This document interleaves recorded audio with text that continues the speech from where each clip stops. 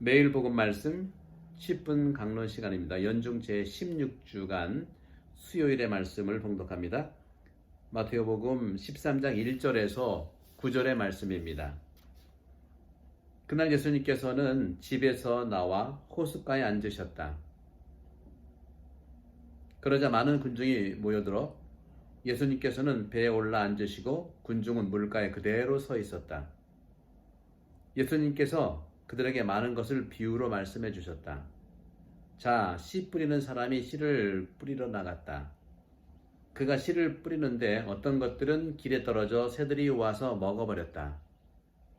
어떤 것들은 흙이 많지 않은 돌밭에 떨어졌다. 어떤 것들은 흙이 깊지 않아 싹은 곧 돋아났지만 해가 솟아오르자 타고 말았다. 뿌리가 없어서 말라버린 것이다.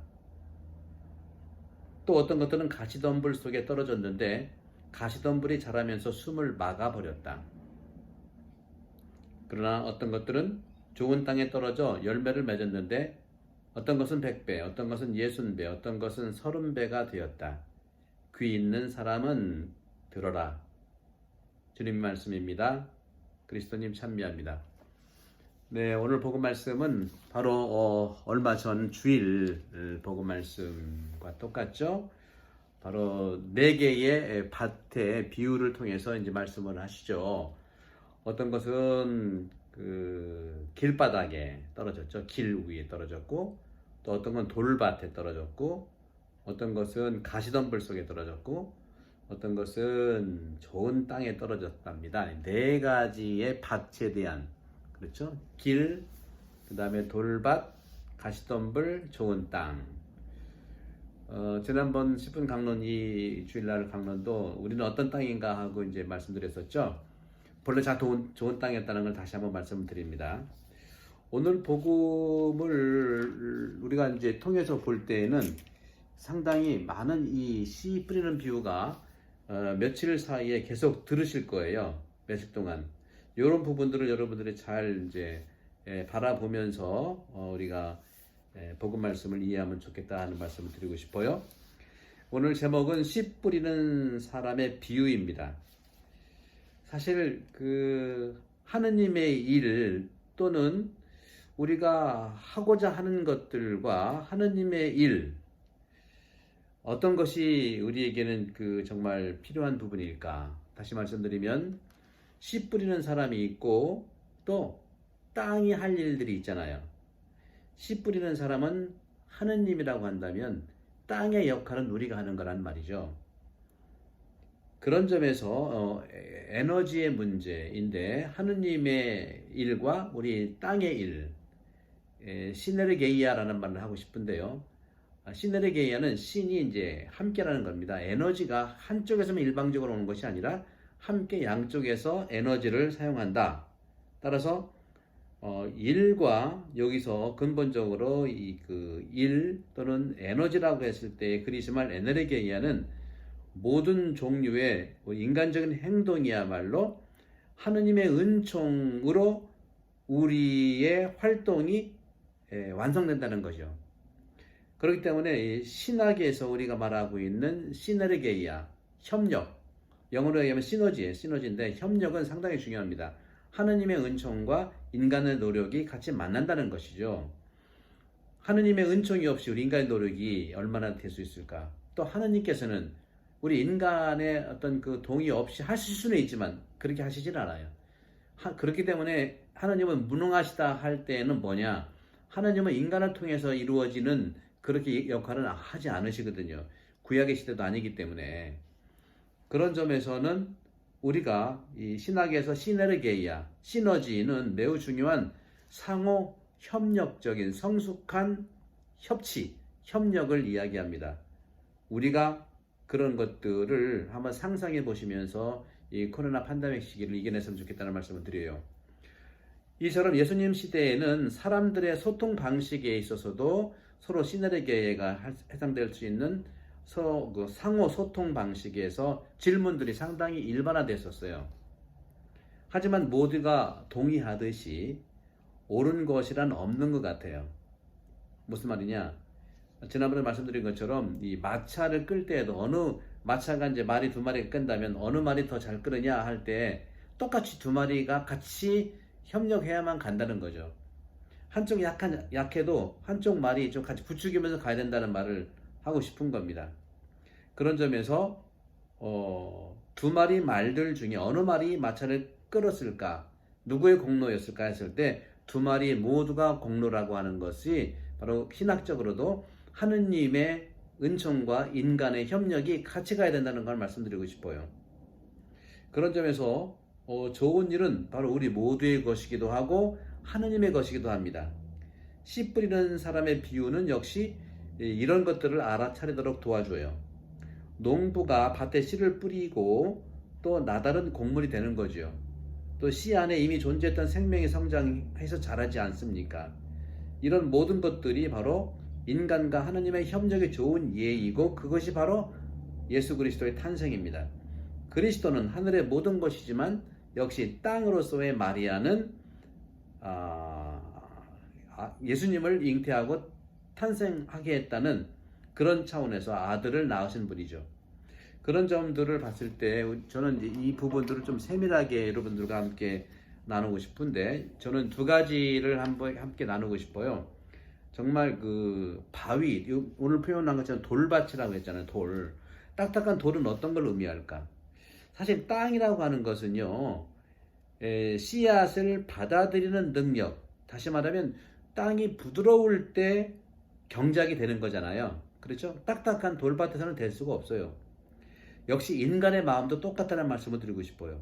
인간의 마음은 역시 땅으로서와 같이 그렇게 부드럽게 준비되어야 한다는 것입니다. 그런 점에서 이 마음이라고 하는 것은요, 돌과 같이 그렇게 두껍게 될 수가 있다는 겁니다. 마음에 대한 문제예요. 성경도 또는 많은 영성 저자들도 똑같이 말하고 있는가가 뭐냐면은 인간 마음의 어떤 그 경직화, 부드러운 마음이 아니라 딱딱한 마음에 대해서 늘 경계를 늦추지 않고 있습니다. 이것이 이제 히람 말로 우리가 이제 스킬레로카르디아라고 하는데 이것이 막 딱 경직된 가슴, 경직된 심장이라는 말을 쓰고 있지요. 우리가 동맥 경화라는 말 쓰지 않습니까? 마음의 경화를 얘기하는 겁니다. 그런 점에서 이렇게 이 마음의 경화, 마음의 그 딱딱함, 돌 같은 마음, 느낄 수 없는 마음이 어떤 거냐? 하느님의 말씀을 느낄 수 없고 바로 은총의 영감을 느낄 수 없고 뭐 이런 걸 얘기합니다. 마치 우리가 생각하기에 어떻게 그렇게 딱딱한 마음과 경화된 마음을 회복할 수 있을까? 정말 부드러운 마음으로 어떻게 변화될 수 있을까 하는 것이 오늘 복음의 굉장히 중요한 정말 그 돌밭이라고 하는 그런 상태를 말하고 있는 것이죠. 그런 점에서 성경도 첫 번째 질문에서 늘 강조하는 것이 이겁니다. 예언자들이 구약의 예언자들이 끊임없이 주장하고 외치고 예언자적인 목소리를 내는 것이 그겁니다. 하느님의 가르침, 하느님의 어떻게 보면은 충고 이런 것들을 거절하면서 고집스럽게 도망가고 있는 이스라엘 백성들을 예언자들은 주장하는 거예요. 예언자적인 그런 가치를 내놓는 것이죠. 오늘날 우리가 이 세상이 이렇게 코로나 팬데믹 온 것도 여러 가지 인간의 탐욕으로 왔다고 생각할 수 있잖아요. 생각하는 것이 그렇습니다, 사실은. 지구 온난화 문제, 그렇죠? 이 무관하지 않다는 것이죠.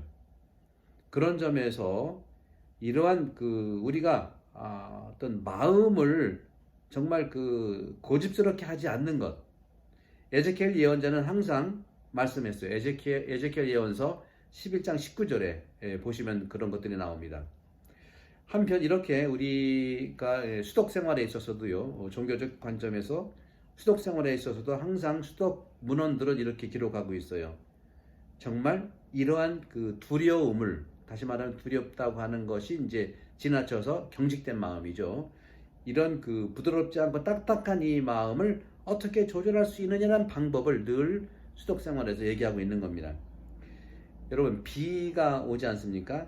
비가 온다면 이 비라고 하는 것은 딱딱한 바위를 달래거나 부드럽게 할 수는 없어요. 비가. 하지만 인간에게 있어서 말이죠.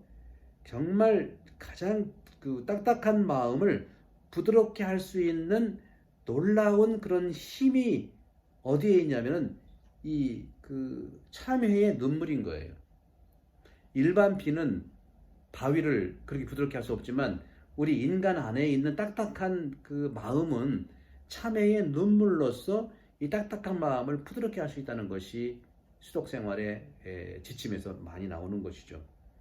그런 점들을 봤을 때 우리들은 정말 이러한 그 수도 생활에 있어서의 이러한 문제에 대해서 끊임없는 자기 성찰, 자기 어떤 참회, 그럼으로써 죄에 대한 우리의 지속적인 아픔을 우리가 치유받을 수 있다는 말씀을 드리는 겁니다.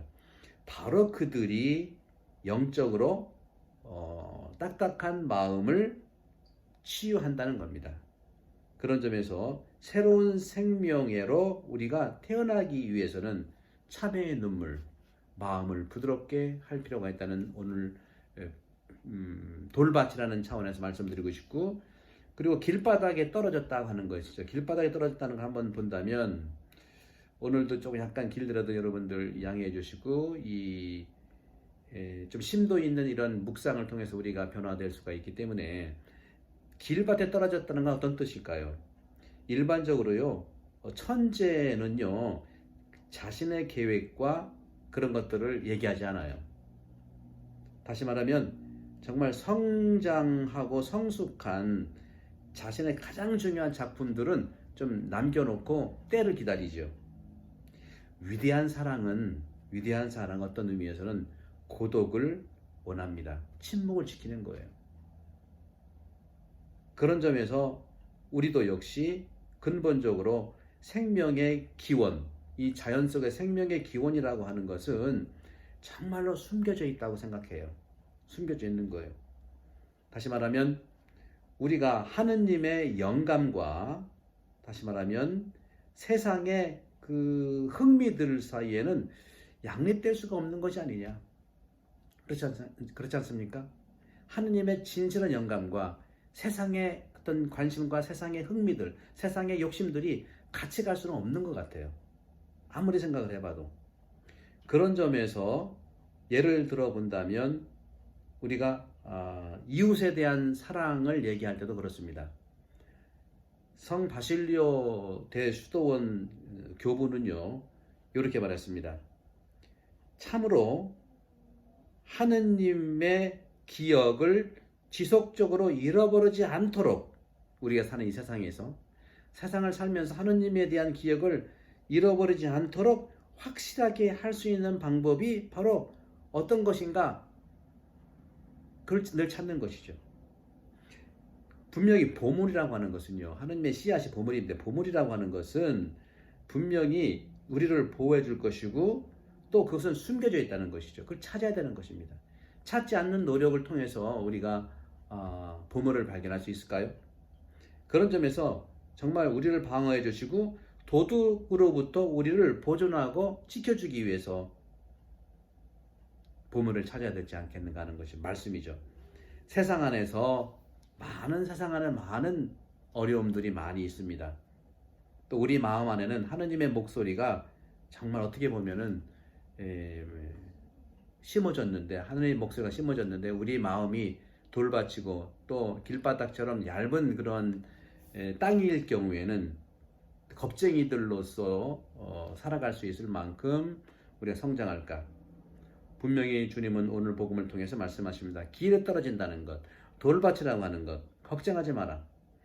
고독을 찾고 그것을 느끼길 원하는 자는 바로 침묵 속에서 돌밭이 좋은 땅이 되고 길바닥이 본래 하느님이 만들었던 좋은 땅이 된다는 것이죠.